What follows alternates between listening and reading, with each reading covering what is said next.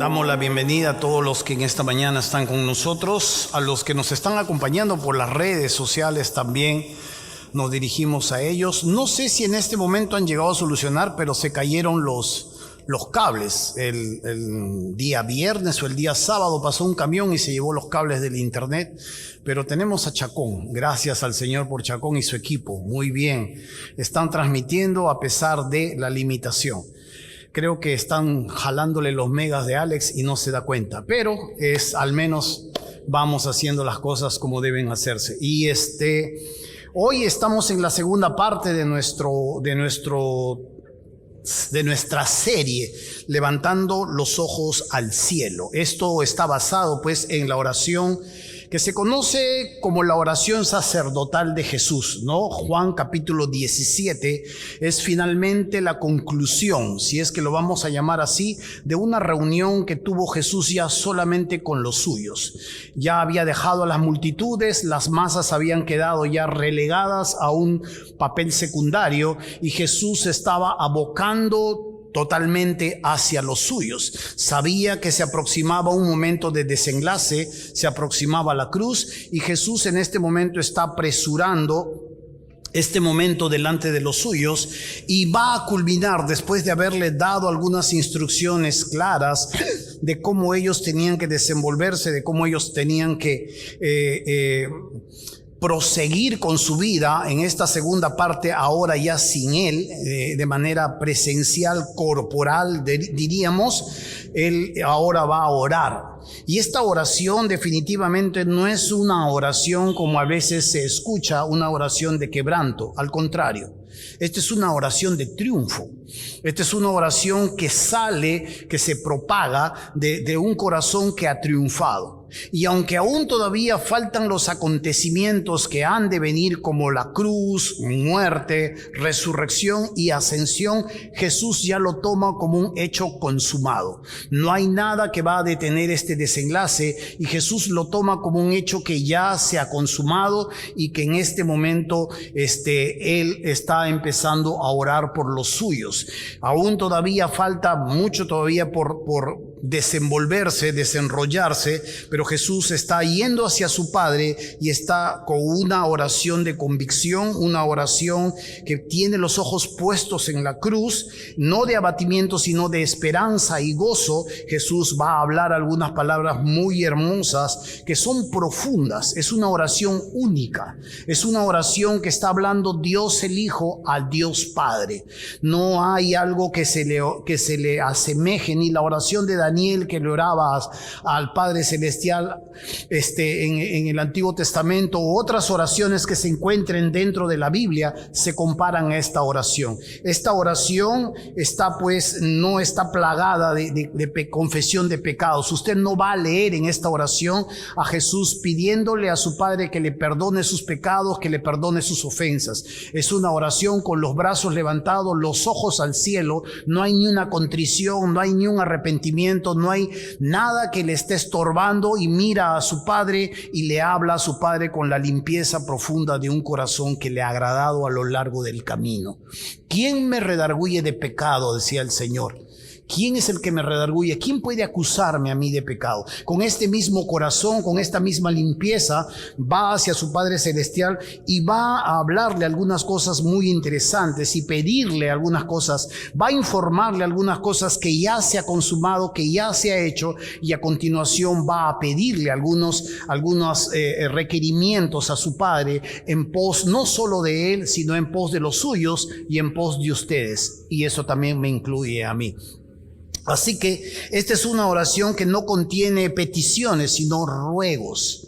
Cuando uno lo mira, la manera en cómo está estructurada, es una oración muy deliciosa. Al principio ora por sí mismo. Padre, glorifícame, dice, para que tu Hijo también te glorifique a ti. Padre, apresura la cruz, le dice, para que allí en la cruz tú seas glorificado, honrado, resplandezcas, porque en la cruz es donde se puede llegar a ver la gracia y la misericordia de Dios a una humanidad que no pregunta por Él, y que a pesar de que ellos le dan la espalda, Él entrega a su Hijo a morir por los pecadores. ¿No se acuerda de Romanos capítulo 5 versículo 8? El justo murió por los injustos. Aunque aún todavía siendo pecadores, Cristo había entregado, o Padre había entregado a su Hijo a morir por nuestros pecados. Y esto es lo que le pide Jesús: glorifícame. Al pedir glorificar, no le está pidiendo que Él resplandezca, que Él sea honrado. Al contrario, porque al glorificarme, al hacerme obediente hasta lo último, hasta la muerte en cruz, muerte de sangre, tú vas a ser honrado, porque tú vas a resplandecer. Es hermosa esta oración que Él le hace, y esto es lo que nos ocupó el primer domingo. La segunda parte de esta oración tiene un giro muy especial que va hacia sus discípulos y le dice: he manifestado tu nombre a los hombres que del mundo me diste. Empieza a orar por los suyos, por los discípulos. Él empieza a pedir por aquellos hombres que estuvieron con Él a lo largo de su camino.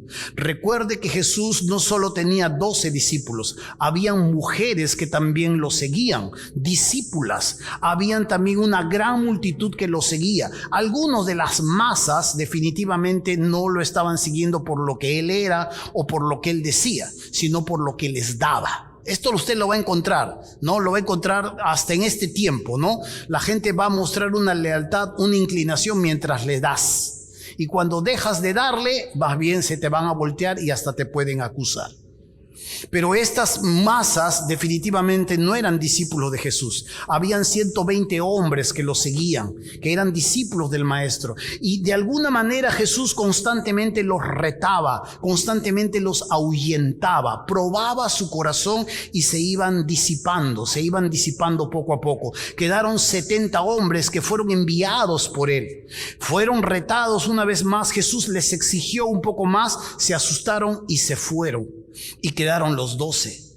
Y cuando estos 12 aún todavía estaban allí, Jesús les preguntó si ellos también querían irse. A lo cual ellos le dijeron: ¿a quién iremos si tú tienes palabras de vida eterna? Estos hombres estuvieron con Él a lo largo de su camino. 3 años y unos meses más estuvieron caminando con Él. Lo dejaron todo de manera gradual y ahora lo siguieron y estaban siendo preparados, siendo entrenados para más adelante atender a las masas. Jesús no se abocó a las masas. De alguna manera las masas se beneficiaron de Él. Jesús se abocó a los 12 que iban a atender más adelante a las masas. Estos eran los apóstoles, estos eran los discípulos del Señor.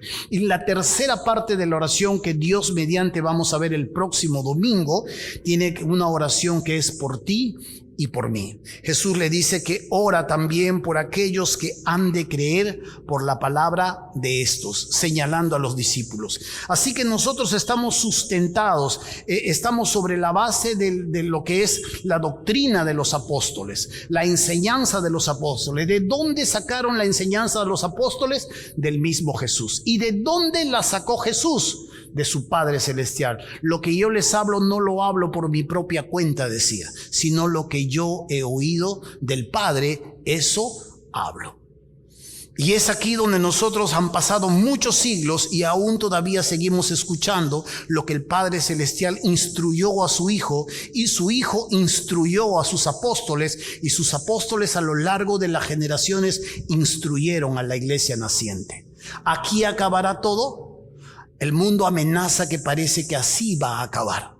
La iglesia se va relativizando, se va siendo tolerante. La iglesia a veces está abocada más en el espectáculo que en la doctrina. La iglesia está más abocada en lo relevante que en lo celoso del Señor. Y poco a poco se diluye y va perdiendo fuerza. ¿Dónde va a quedar la iglesia? ¿Dónde va a quedar la enseñanza del Señor? Está en nuestras manos. Amén. Así que cuando veamos esta oración, cuando analicemos esta oración, nos vamos a dar cuenta cuán rica es y cuán estructurada ha sido puesta por el Espíritu Santo en el entendimiento del apóstol Juan. Esta oración por los discípulos está enmarcada de 2 formas, lo que vamos a ver a continuación. 1, presenta su labor y la repercusión que tiene sobre ellos. Y lo segundo, presenta la petición por ellos. Vamos a leer la Biblia. Abran sus Biblias en Juan capítulo 17, versículo del 6 en adelante. Juan capítulo 17, versículo del 6 en adelante.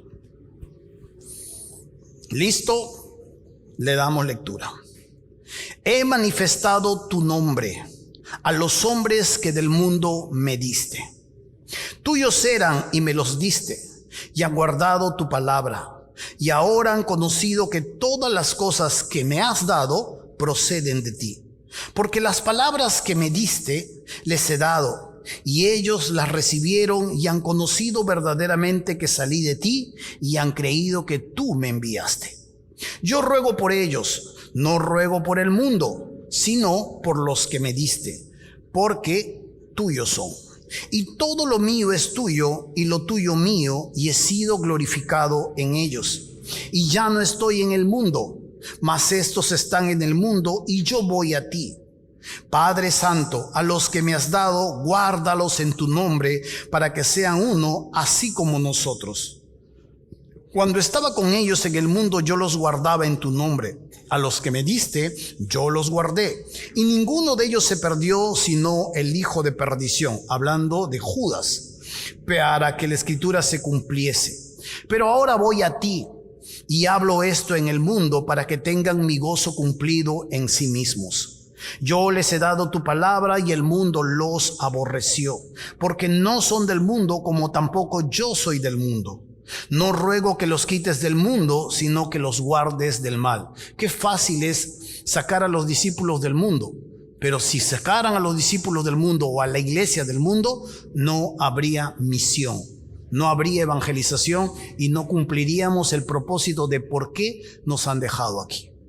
Qué fácil es encerrar a los creyentes en la iglesia, entre cuatro paredes, tener algunas actividades tan buenas para que se edifiquen nada más y se disfruten mutuamente. Pero esa no es la petición de Jesús.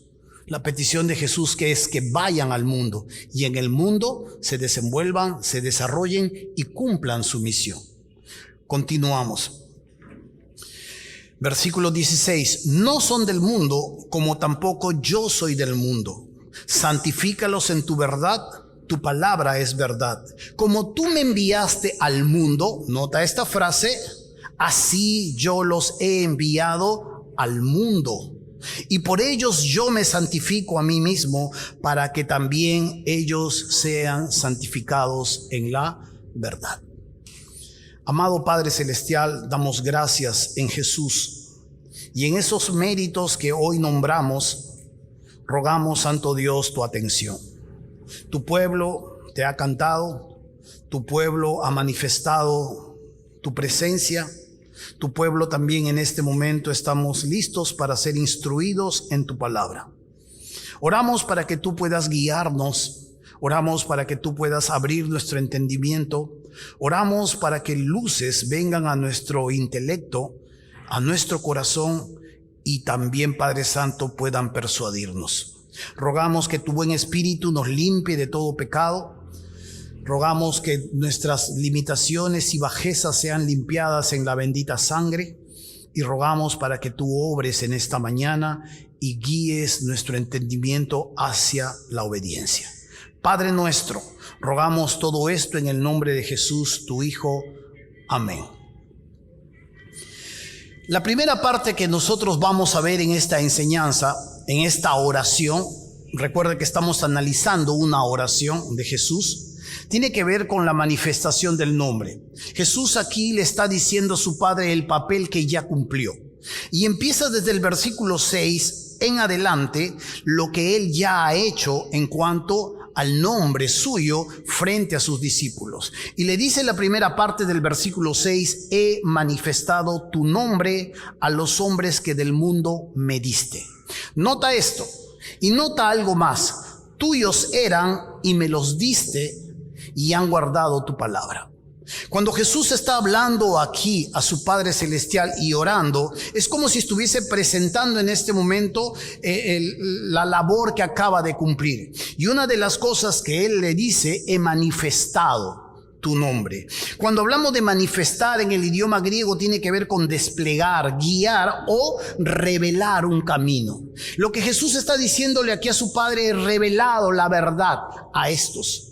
No está hablando de las grandes multitudes. Algunos de ellos definitivamente se han de salvar más adelante cuando el Espíritu Santo venga. Pero se abocó netamente a instruir a sus discípulos, a guiar a sus discípulos. A las multitudes los guiaba a través de parábolas, pero a los discípulos les hablaba la palabra de manera directa, porque estaba abocado no a las multitudes, sino a los discípulos que iban a atender más adelante las multitudes. Mayores obras harán, porque yo voy al Padre, dijo el Señor.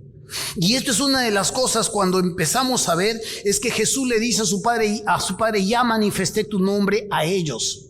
Tuyos eran, tú me los has dado.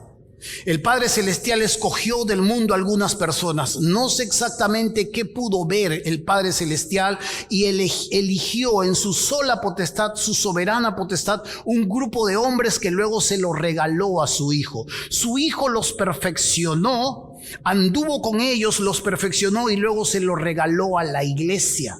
Por eso es que en Efesios capítulo 4, versículo 11 en adelante, dice que Cristo ha regalado, ha constituido a unos apóstoles, a otros profetas, a otros evangelistas y a otros pastores y maestros. Este regalo de los apóstoles es único. Existieron, caminaron con Él, anduvieron con Él, vieron, oyeron todo lo que Él hizo y se lo regaló una vez perfeccionado, se lo regaló a la iglesia para que ellos, los apóstoles, finalmente perfeccionaran a la iglesia en la obra del ministerio, para que ya no anduviesen como niños fluctuantes llevados por doquiera por cualquier viento de doctrina. Se los dio como regalo, un regalo que su Padre les dio.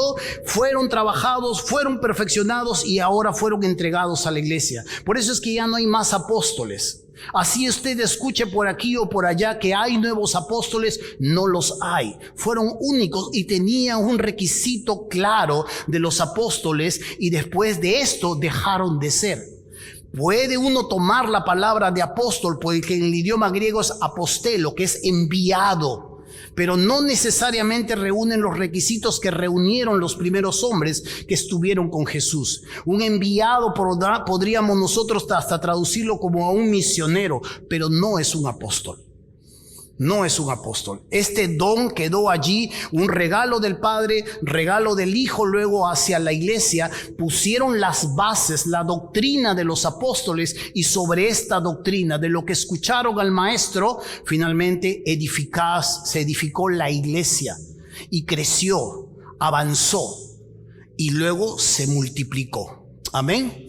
Así que nosotros tenemos un hermoso legado. Un regalo que vino desde el cielo, pasó hacia su Hijo y de su Hijo pasó hacia nosotros. Hoy en día aún todavía tenemos algunos regalos y debe tratarlos bien, debe amarlos. Hombres y mujeres que perfeccionan a la iglesia y que debe orar por ellos, porque están haciendo una labor y un papel de perfeccionar a la iglesia, no solo para que sirvan, sino para que persistan en esta vida que el Señor nos ha legado. Así que cuando Jesús habló de manifestar su nombre, no solo estaba diciendo, Padre, ya les enseñé quién eres, sino que a su vez también entender esto no lo hizo de la noche a la mañana como un resplandor, sino lo hizo de manera gradual, conforme los discípulos podían entender. No les dijo, muy bien, aquí está la verdad, mírenlo, aprovechenlo, el que copia, copia y el que no, se cerró.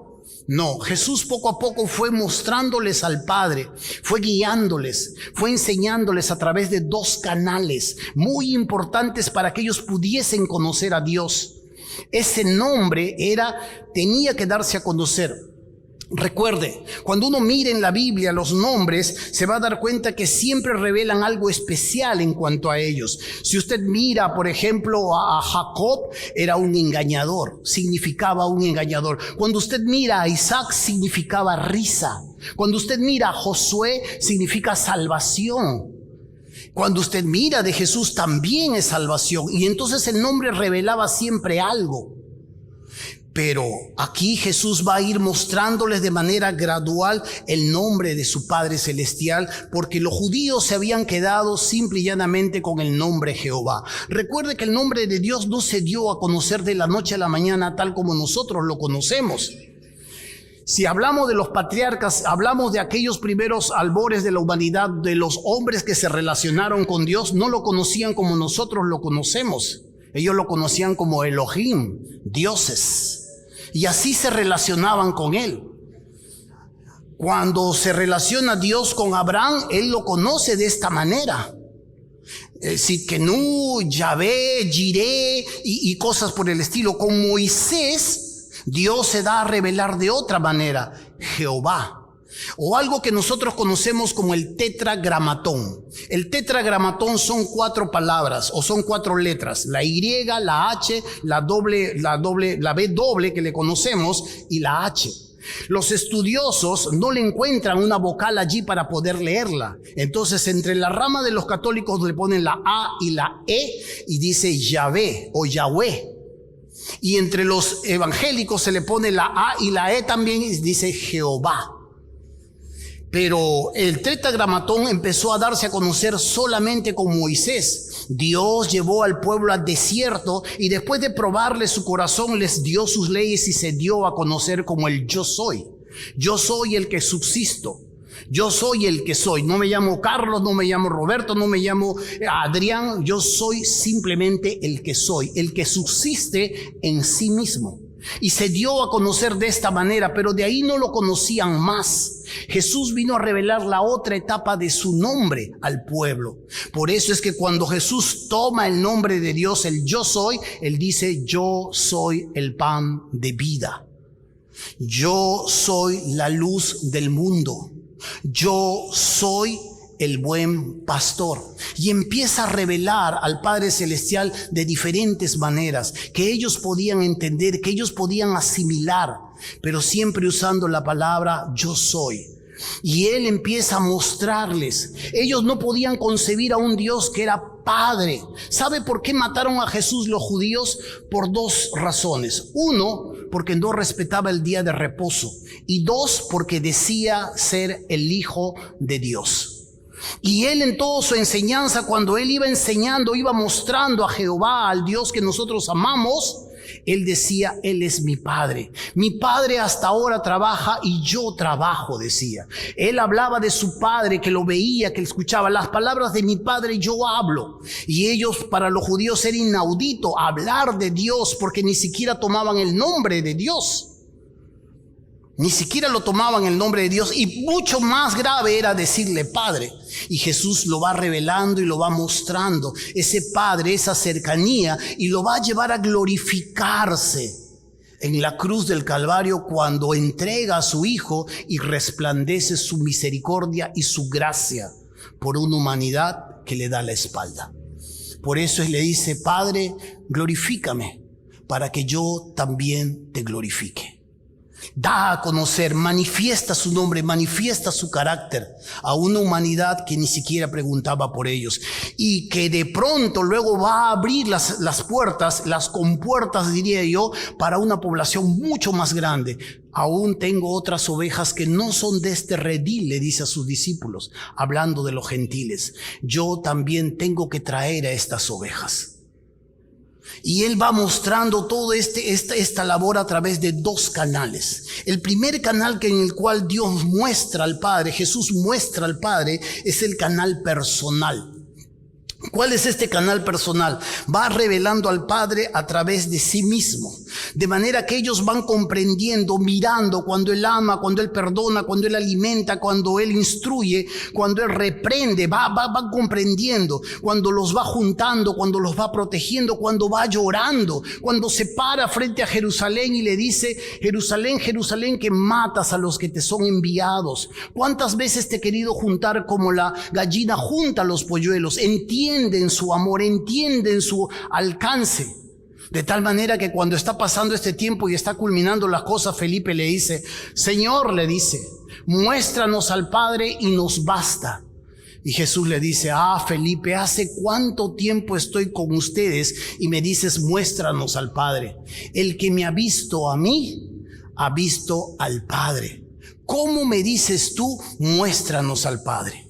Este es el primer canal de cómo Jesús mostraba y revelaba y manifestaba el nombre de su Padre Celestial. Este es el canal. Si tú quieres entender cómo es el Padre, en lugar de solo llamarle el viejo barbón, tú puedes entender, leer las Escrituras y mirar a Jesús, sus reacciones, sus instrucciones, la manera en cómo Él se relacionaba, instruía, reprendía, disciplinaba. Ahí tú puedes sacar el carácter de tu Padre Celestial. Ese es el que Jesús personificó, o como me decía siempre mi mentor, modeló. Él empezó a modelar al Padre Celestial en su vida cotidiana.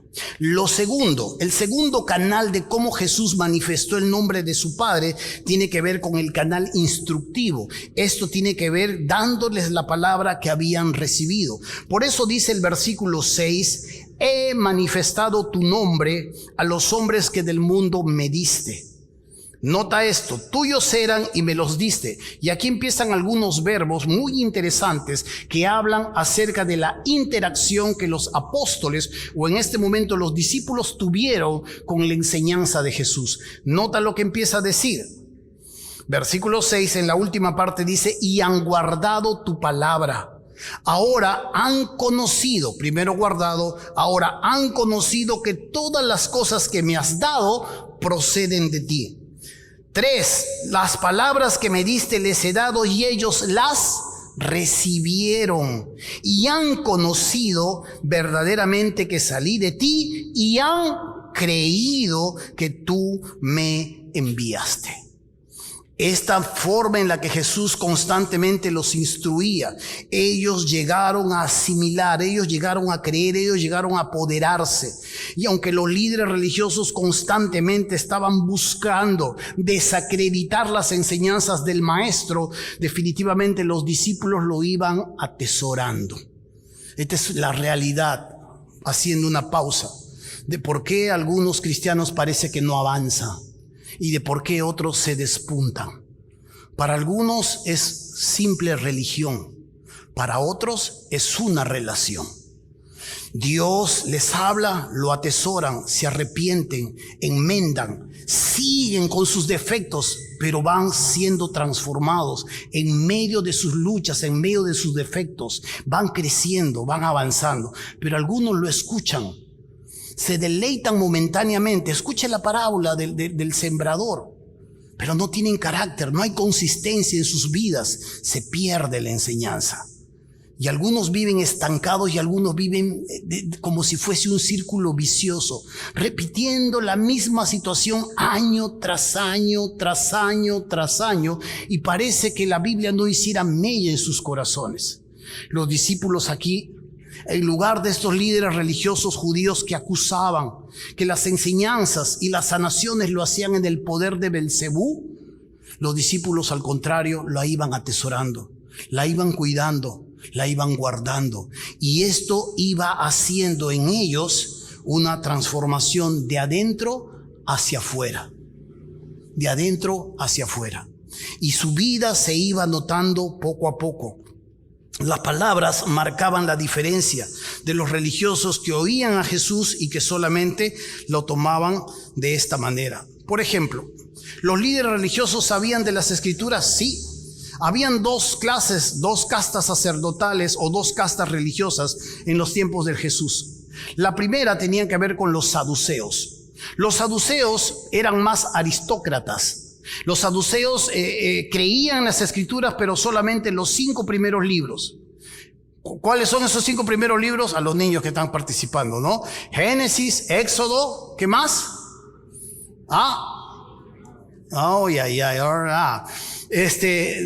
Éxodo, yo ya me acuerdo. Génesis, Éxodo, Levítico, Números y Deuteronomio. Y hasta yo me hice bolas. Pero ellos creían hasta ahí nomás, no creían en la resurrección, no creían en los ángeles, porque su mirada no estaba enfocada en Dios, sino en lo que podían obtener de Dios. Anular cierta parte de las Escrituras les daba el lugar y les daba todo el alcance para poder hacer lo que mejor les parecía. Ellos se codeaban, eran más políticos que religiosos, se codeaban con las esferas de Roma, con el gobierno, y tenían el negocio del templo. Yo podría hablar muchísimo en cuanto al negocio que tenían en cuanto al templo. Luego estaban los fariseos. Los fariseos eran aceptados por el pueblo, pero uno de los grandes defectos de los fariseos, que eran escrupulosos en cumplir las leyes del Señor, es que habían añadido a las escrituras algo que se conoce la tradición de los ancianos. Y Jesús en muchas oportunidades les va a decir: por vuestra tradición invalidáis la ley de Dios. Ellos podían tener alguna interacción con la palabra de Dios, pero la tomaban de acuerdo a lo que mejor creían. Nosotros los cristianos no le hacemos nada. Yo le digo que sí. Puedo hablar de algunas denominaciones donde si usas pelo largo, amarrado, es pecado. Y si te mueres te puedes ir al infierno. Y si usas arete y colorete te puedes ir al infierno. Y si usas jean te vas al infierno.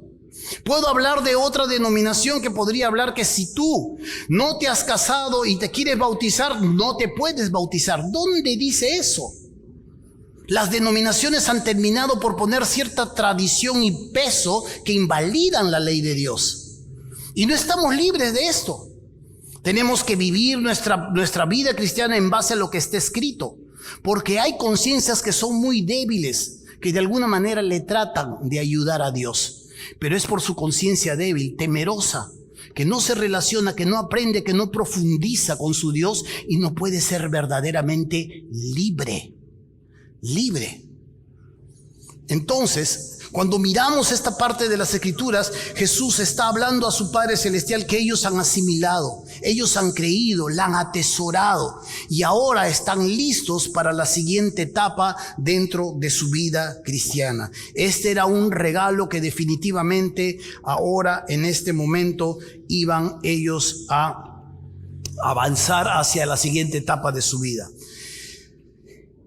Inmediatamente después de que Jesús empezó a interceder por ellos, presentó la labor que ya había realizado entre ellos, ahora va a ejercer y va a pedir al Padre Celestial algunas peticiones por estos discípulos.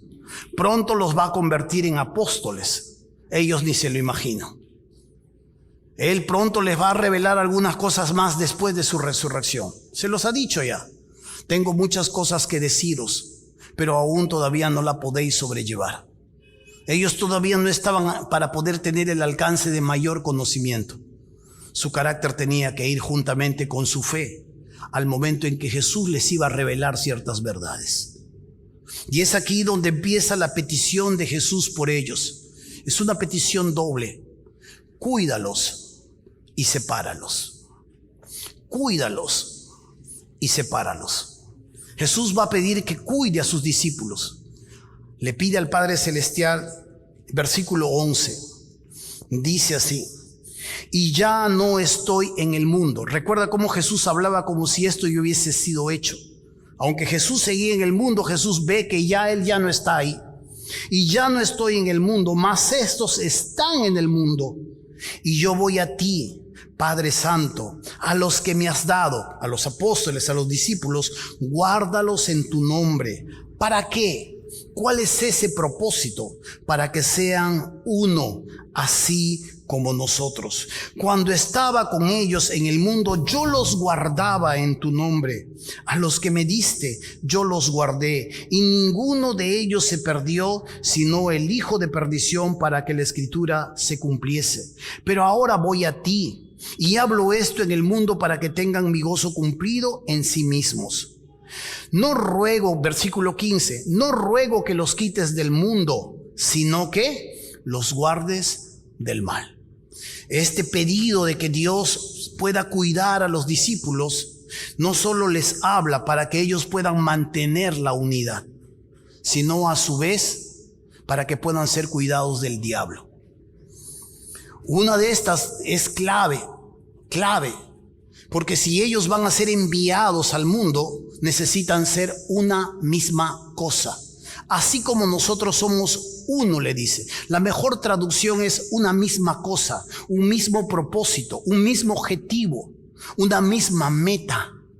Aquí no vale el refrán que dice: tira agua para su molino. La persona que tira agua para su molino vela por sus intereses, vela por su propia concepción, por su propio ministerio, compite con otros. Cuando Jesús está hablando de la unidad de sus apóstoles, está hablando de un mismo organismo, una misma cosa que puedan estar unidos y que esa casa no pueda dividirse. En palabras de Jesús, él mismo decía, una casa dividida contra sí mismo no puede permanecer. Y Jesús le pide a su Padre que les guarde en unidad, que ellos no se entorpezcan, que ellos no compitan, que al contrario puedan ser una misma cosa con un mismo propósito, con un mismo objetivo. Por eso es que cuando nos unimos, cuando estamos juntos cantándole a Dios, hablando de ese Dios, no cabe aquí ministerios que solo buscan agua para su molino. No caben acá ministerios para eclesiásticos que solo buscan una parte de su meta. Es bueno, por eso existen diferentes ministerios también fuera de la iglesia. Pero como equipo, como pueblo, buscamos solamente algo: extender y propagar el reino de Dios en un mundo que está caído. Y aquí Jesús está pidiéndole a ellos para que cada uno de ellos puedan ser guardados no solamente en unidad, sino a su vez del diablo. Porque van a ser acosados por los hombres, recuerde esto, y van a ser el objetivo de los demonios. Si Jesús no hubiese pedido al Padre Celestial que nos cuide del diablo, de verdad el diablo podría hacer muchas cosas.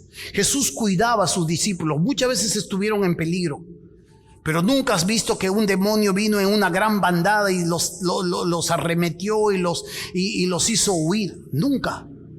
Tú te vas a dar cuenta que la tierra de Neftalí y Zabulón, como dicen las profecías, estaba inundado de demonios. Esta es una de las cosas que nosotros tenemos que entender, ver, asimilar. Jesús los guardó en su nombre. Tenía el poder para cuidarlos, tenía el poder para hacer muchas cosas. En una oportunidad, Pedro, cuando ya están entregando al maestro, saca la espada, corta la oreja de uno de los sirvientes del templo llamado Malco. Jesús le dice: guarda tu espada, le dice. ¿Acaso tú crees que yo no puedo pedir a mi Padre 12 legiones de ángeles y Él me puede entregar y venir a ayudarme? Jesús estaba hablando de cerca de ¿cuántos ángeles? 17,000 ángeles que podían venir en un momento en su ayuda. Tenía el poder para rechazar cualquier ataque del enemigo. Y ahora le está diciendo a su Padre Celestial: por favor, cuídalos del diablo. El diablo no los puede tocar. El diablo ha sido de alguna manera separado de que pueda venir y hacer algún embate. No esté culpando al diablo de algunas cosas que usted mismo puede estar provocando. El diablo no puede pasar las paredes que Dios mismo le ha trazado hasta aquí. Tenemos viviendo dentro de nuestra vida misma al mismo Dios. El Espíritu Santo no nos puede tocar. Las puertas están cerradas, las ventanas están cerradas, sin embargo usted las puede abrir. Pero hay por eso que ser lo prudente y lo sabio para saber mantener al diablo fuera de nuestras vidas. Si Jesús no hubiese orado por sus discípulos para que cuiden del diablo, ¿qué hubiese pasado? Esto no significa que el diablo ha quedado inutilizado en la cruz. Sabe que tiene aún todavía alcance y tiene cierto poder. Y por eso que desató persecuciones, por eso los azotó, por eso le pasaron muchas cosas. Si el diablo no fuese neutralizado entre nosotros, nuestros hijos no estarían con nosotros. Nuestras mujeres no estarían ilesas. Nosotros probablemente estaríamos muertos, los varones. Porque el diablo somos su enemigo. Y tiene gran animadversión por lo que es el pueblo de Dios. Por eso es que cuando vamos viendo en estos tiempos el crecimiento de las tinieblas, avanzando el crecimiento de las tinieblas, no solo en el Perú, sino en el mundo entero, tiene que preguntarse. Tiene que calcular el costo, tiene que saber lo que se nos avecina. Y van a llegar momentos muy duros en los que vamos a tener que enfrentar, antes de irnos a casa, los ataques y las persecuciones que se puedan desatar. Esto ya no es solamente una tendencia, esto es una sinvergüencería. Porque hasta desde Estados Unidos han aceptado que han hecho un fraude contra Donald Trump para guardar la democracia. Y esto ya no solamente es en las primeras potencias, imagínate más en las potencias, más en los países latinoamericanos. Y esto es algo que se viene de manera inevitable, porque esto es parte de lo que es el desenlace en los tiempos del Señor. Pero nota usted aquí la manera en cómo ellos tenían que reflejar y practicar la unidad para que Satanás no pudiese tomar ventajas. El cuidado de Jesús que tenía con ellos ahora se lo está pidiendo a su Padre Celestial, para que su Padre Celestial finalmente también los guarde y los cuide del enemigo. Y la segunda parte que les pide es: sepáralos. Dice en el versículo 17: santifícalos en tu verdad, tu palabra es verdad. Como tú me enviaste al mundo, así yo los he enviado al mundo, y por ellos yo me santifico a mí mismo, para que también ellos sean santificados, nota, en la verdad. La santificación es una expresión de nuestra salvación. Y a lo largo de toda nuestra vida Dios va a ir purificándonos, va a ir separándonos de lo malo, va a ir sacando las escorias de la plata, como dice el proverbio. El creyente puede dedicarse, el creyente puede comprometerse, hasta puede consagrarse, pero nunca va a poder santificarse. El creyente no puede llevar su crecimiento por sí mismo. Esto definitivamente va contra los orgullosos. Los orgullosos se jactan de lo que hacen para Dios. El orgulloso se jacta de lo mucho que escucha la Escritura, de mucho lo que ve, de mucho de lo que sabe, pero nunca se santifica. Se ahoga más bien en sus propios logros. El único que santifica y el único que produce crecimiento en el corazón del hombre es Dios. El hombre sí tiene que tener una disposición en su corazón para dejar actuar a Dios en su vida. Pero por la gracia del Señor somos lo que somos. Y hasta donde tú has llegado y lo que tú eres en este mismo momento, simplemente no es por tu esfuerzo, es por la gracia del Señor. Amén. Así que aquí el orgullo no sirve. Tu autojactancia, tus logros y los alardes de los que piensa que tú has logrado y has permitido hacer en tu vida, no te corresponde. Es Dios y su gracia que te ha ido santificando. La disposición que tenemos hacia la Escritura, al igual que los discípulos, tenían una disposición, creyeron, aceptaron, lo internalizaron y lo llevaron a la práctica, les permitió estar listos para la siguiente etapa en sus vidas. Y esto es lo que el Padre Celestial está recibiendo de las palabras de su Hijo. Santifícalos en tu verdad. Tu palabra es verdad. Hermanos míos, este camino de santificación a veces está lleno de dolor. A veces está lleno de un conocimiento de cosas que tú nunca has pensado que lo ibas a hacer. Hay algo que hablaba con mi esposa el otro día y es ver a personas que han llegado a ciertos niveles donde nunca en su sano juicio han pensado en estar. Y eso puede suceder contigo y conmigo. En este proceso de santificación es un proceso de autoconocimiento, pero también un proceso de crecimiento, un proceso en el cual Dios te deja ver su gracia, su misericordia, su verdad. Te guía por una senda donde la palabra santifica tu vida, tu mente, tu corazón, donde renueva hacia nuevos hábitos y tu mirada, en lugar de lo terrenal, hacia lo celestial. Pero es un camino que muchas veces está lleno de frustración, pero también de sabiduría que puedes adquirir. Es un camino donde te vas haciendo diestro, generas destreza, porque Dios te permite cada vez que te va moldeando, cada vez que te va vaciando al carácter de su Hijo. Tener vida eterna y vivir en el mundo de pecado no es solo una equivocación, sino definitivamente es una imposibilidad espiritual. Tener una vida eterna, tal como Jesús le dijo, y esta es la vida eterna, que te conozcan a ti, el único Dios verdadero, y a Jesucristo a quien tú has enviado. Esto es una de las máximas alegrías que puede tener el corazón humano en este tiempo. Mientras va conociendo a Dios, va desarrollando una relación que no es intermitente, pero va desarrollando una relación con su Creador, con su Señor y con su Dios, y va creciendo y avanzando rumbo hacia lo que Dios tiene en los nuevos momentos. Hermanos míos, el nombre de Dios fue revelado y manifestado a los discípulos a través de 2 canales.